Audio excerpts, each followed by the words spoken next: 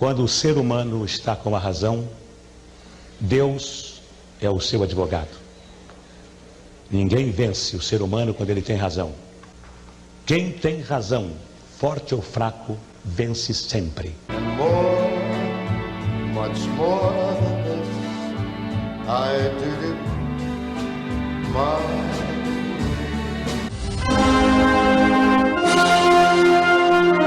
A voz do Brasil. A voz que o Brasil conhece, Jorge Cajuru. Comunicando. Em Brasília, 11 horas. Boa noite. Começa agora a segunda edição do telejornal A Voz do Senado. Hoje, segunda-feira, 6 de maio de 2019. Lembrar a todos que a participação de vocês é muito importante para a gente. Comente sempre no facebook.com/CajuruGoiás. A juíza Solange Salgado, da primeira vara da Justiça Federal do Distrito Federal, suspendeu a contratação realizada pelo Supremo Tribunal Federal de um buffet refinado no valor de R$ 481.700. Uma vitória do senador Jorge Cajuru, o primeiro a fazer a denúncia, e da deputada federal Carla Zambelli pela sua ação. O valor do edital era de R$ 1.100.000, mas depois da repercussão negativa, sobretudo por causa das críticas feitas pelo senador Cajuru em plenário e também através de suas redes sociais, o STF decidiu fazer a contratação por um valor menor. Mas, por decisão da juíza Solange Salgado, da primeira vara da Justiça Federal do DF, o contrato assinado com a empresa Premier Eventos Limitada está suspenso. O STF informou que irá recorrer da decisão por meio da Advocacia Geral da União. O senador Cajuru assumiu hoje a presidência da sessão legislativa pela 15ª vez. O líder do PSB no Senado abriu e fechou a sessão não deliberativa desta segunda-feira.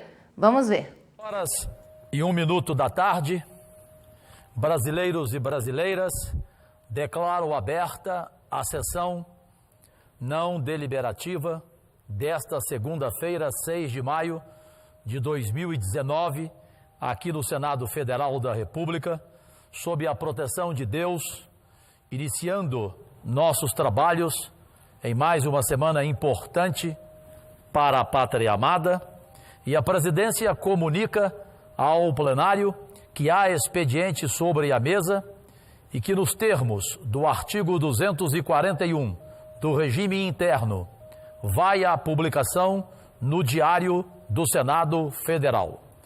Obedecendo aqui a inscrição de oradores, nesta segunda-feira, o primeiro senador a falar, senador Paulo Paim, do PT do Rio Grande do Sul, a tribuna é sua, com prazer. Bem, senhoras e senhores, brasileiros e brasileiras, minhas únicas vossas excelências, aproveito as vossas excelências também presentes aqui, neste momento, assistindo a uma sessão do Senado Federal nesta segunda-feira, 6 de maio de 2019, para comunicar que, não havendo mais orador inscrito, numa segunda-feira proveitosa, onde discutimos educação, discutimos saúde, discutimos reforma da Previdência e discutimos principalmente a situação preocupante das universidades federais deste país, mesmo tendo poucos senadores presentes, como é normal, creio que a TV Senado e a Rádio Senado e as redes sociais tiveram a oportunidade de mostrar aos brasileiros, nossos únicos patrões, que aqui tem gente que pensa e que aqui tem gente com coragem para falar o que está realmente acontecendo no Brasil. Declaro encerrada esta sessão que iniciei e terminei a presidindo com muito prazer.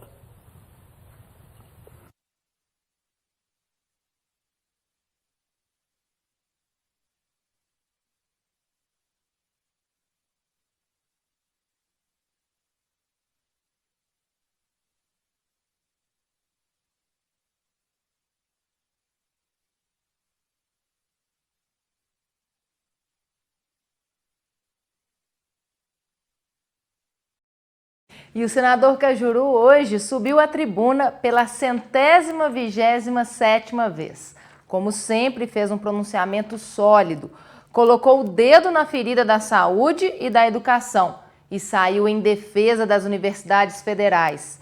O senador Cajuru defendeu também a criação de uma CPI para apurar fake news, as notícias falsas que tomam conta das redes sociais. Brasileiros e brasileiras, minhas únicas vossas excelências e meus únicos patrões. Como seu empregado público, eu sempre subo nesta tribuna e, ao subir de vez em quando, uso algum pensamento, alguma frase, com o crédito evidente, para dar continuidade ao tema que sugiro para esta segunda-feira, 6 de maio de 2019. Este é de Paulo Freire.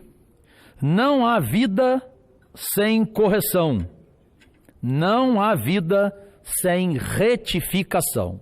Hoje, quero falar aqui do CONAS, o Conselho Nacional de Secretários da Saúde, no dia 12 de março de 2019, quando enviou um ofício ao ministro da Saúde, qualificadíssimo, Luiz Henrique Mandetta, relatando a situação crítica dos estoques públicos de medicamentos em todos os estados da federação. O documento relatava os problemas crônicos nos estoques públicos de medicamentos, cujo desabastecimento agravou-se no atual governo.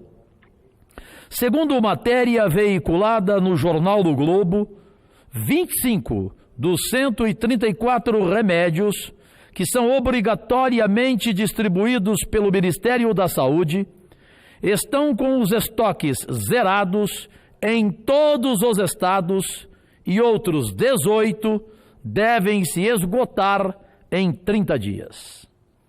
Segundo o jornal O Globo, relatórios das Secretarias Estaduais de Saúde e outro documento do CONAS, encaminhado ao governo federal, cobrando providências para o problema, indicam que o país vive a maior crise de sua história na oferta de medicamentos para o SUS, o Sistema Público de Saúde.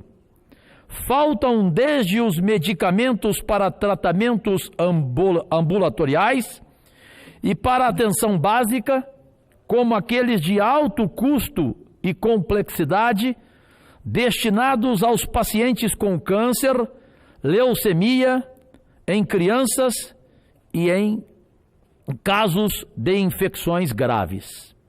No caso dos transplantados, que só em 10 estados analisados somam mais de 20 mil pessoas, a situação é desesperadora. Sem a medicação, é possível que órgãos transplantados precisem ser removidos e descartados. Conheci muito bem o ministro Mandetta e não tenho dúvida em afirmar que ele é um médico dedicado, um ser humano preocupado com seus semelhantes e que está constrangido por decisões da área econômica do governo que impuseram cortes orçamentários inaceitáveis. Além dos recursos para medicamentos, faltam também para UTIs, para centros cirúrgicos e até para serviços de manutenção básica, como limpeza dos hospitais públicos neste país. Os cortes orçamentários que estão levando a área da saúde ao colapso também atingem de forma irresponsável a educação, inicialmente de maneira diversionista, caricata inconstitucional e nada republicana, o ministro da Educação anunciou que não repassaria recursos a 3 das mais importantes universidades federais do Brasil, que ele próprio considera como promotoras, entre aspas, de balbúrdia. Vai ser infeliz assim.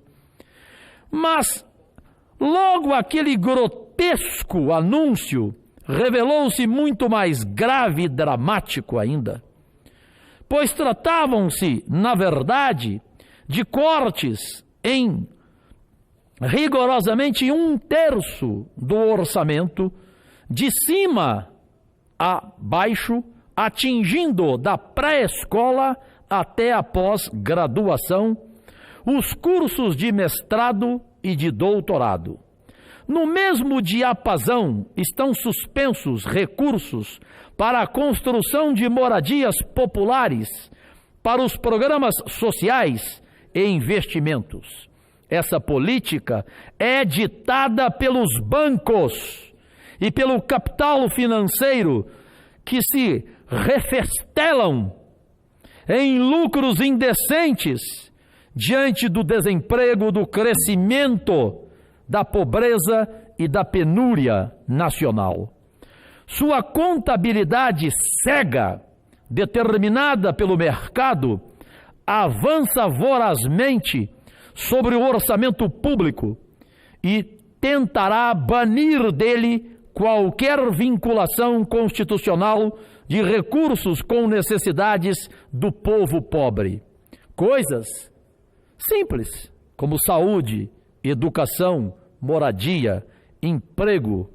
A vida ou morte dos brasileiros pobres, trabalhadores, precarizados, nada impacta na contabilidade do Deus chamado mercado.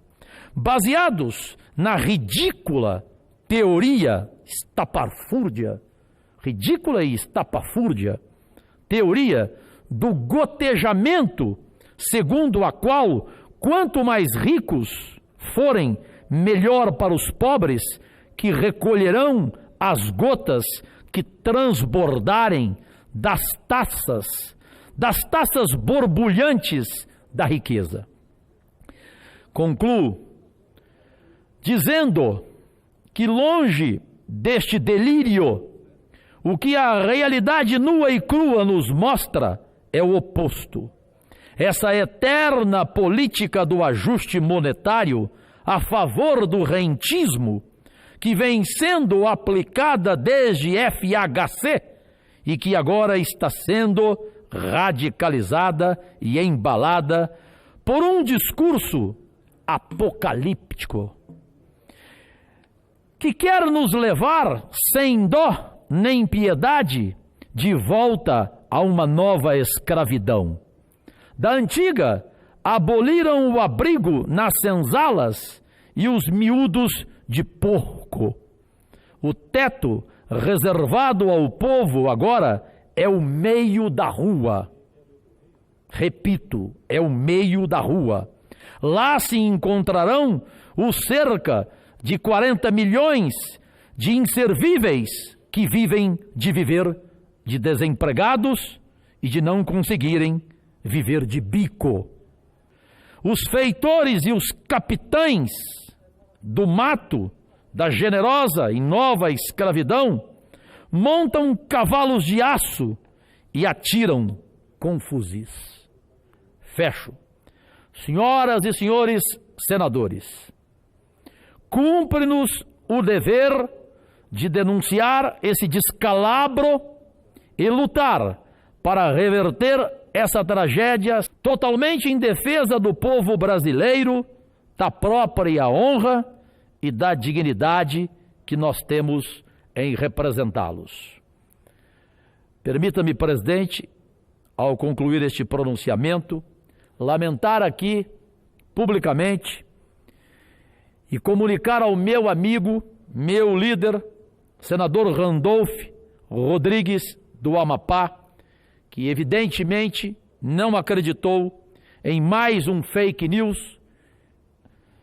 Pelo mesmo modo covarde, tentaram me jogar contra o senador gaúcho Paulo Paim, que também não acreditou e telefonou-me: esquece, Cajuru, mas vamos propor no Senado, Cajuru, uma CPI de fake news.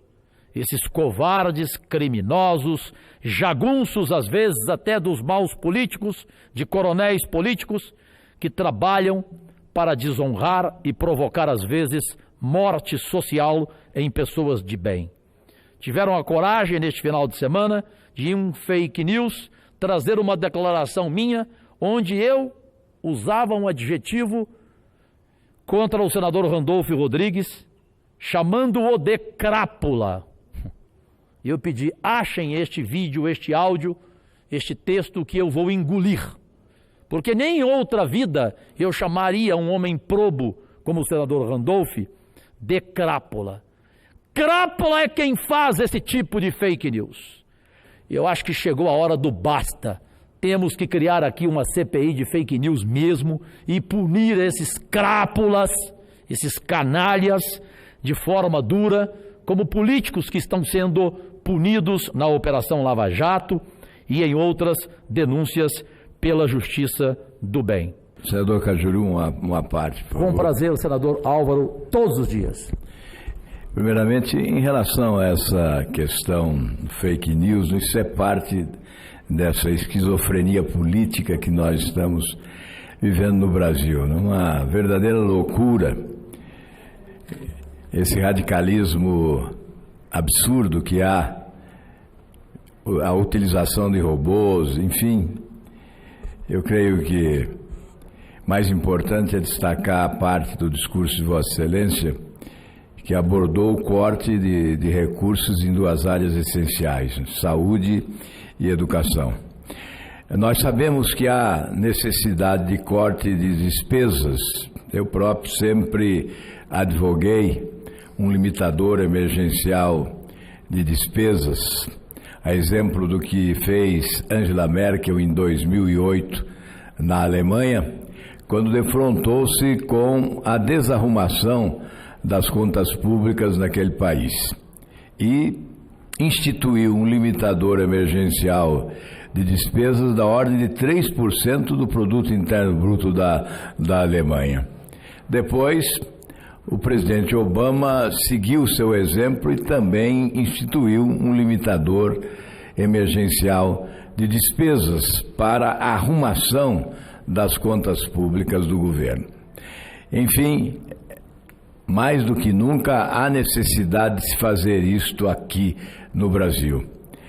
Mas é exatamente avaliando o desperdício de cada área do governo que se faz a limitação dos gastos, a limitação das despesas. E como consequência nós teremos, obviamente, a redução dos recursos destinados àquele setor. O que não se deve é, de forma aleatória, estabelecer cortes em áreas essenciais como da saúde e da educação.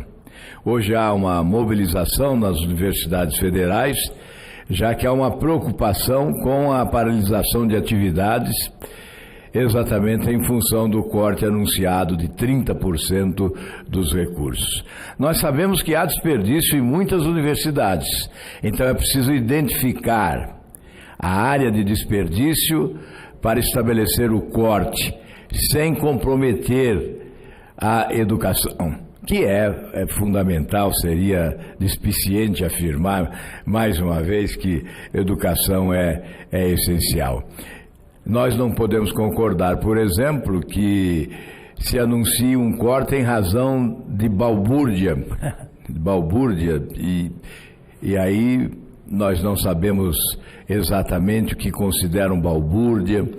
É preciso identificar quem promoveu a balbúrdia, porque ao anunciar cortes em função de um ato de balbúrdia, estará evidentemente condenando, prejudicando aqueles que são disciplinados, que são ordeiros. e que não participam de balbúrdia. Então você não pode tomar a exceção como regra. Nós imaginamos que o governo, nesse início, tenha dificuldades de fazer avaliação do que é desperdício e o que não é desperdício, mas é fundamental que o faça. Por isso eu agradeço a Vossa Excelência a oportunidade da parte, cumprimentando mais uma vez pela pertinência dos temas que tem abordado da tribuna do Senado Federal. Eu que agradeço, senador Álvaro Dias. Aqui encerro agradecendo ao presidente pela paciência do tempo, desejando a todos e a todas da nossa pátria amada uma excelente semana, com paz, saúde e especialmente com Deus. E lembrem-se todos os dias, faz bem fazer o bem. Faz bem fazer o bem, não custa nada. Se não puder amar o próximo, que pelo menos não o prejudique. Agradecidíssimo. Agora 11h20. Ainda não está definido quando será votado em plenário a instalação ou não da CPI da toga. Mas nas redes sociais do senador Jorge Cajuru, você pode votar se é a favor ou contra a abertura do processo de impeachment do ministro Gilmar Mendes, do STF.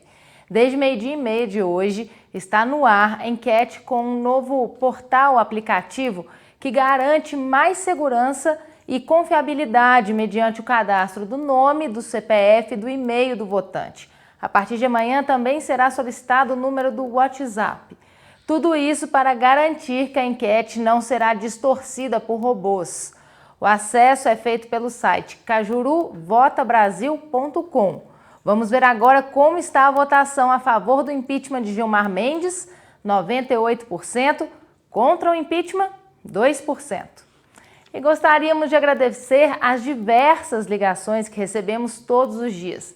Obrigada a Daniel Dantas, de Miami, nos Estados Unidos, Edil Rodrigues, de Manaus, Amazonas, Alex Cunha, de Jaraguá, Goiás, Luciano Ponce, do Rio de Janeiro, capital, e a tantos outros. Continuem a comentar à vontade no facebook.com/CajuruGoiás, no Twitter, @SenadorCajuru, Instagram, Senador Cajuru e YouTube, Cajuru Oficial. Ou então ligue para a gente aqui no gabinete DDD 61 3303 2844.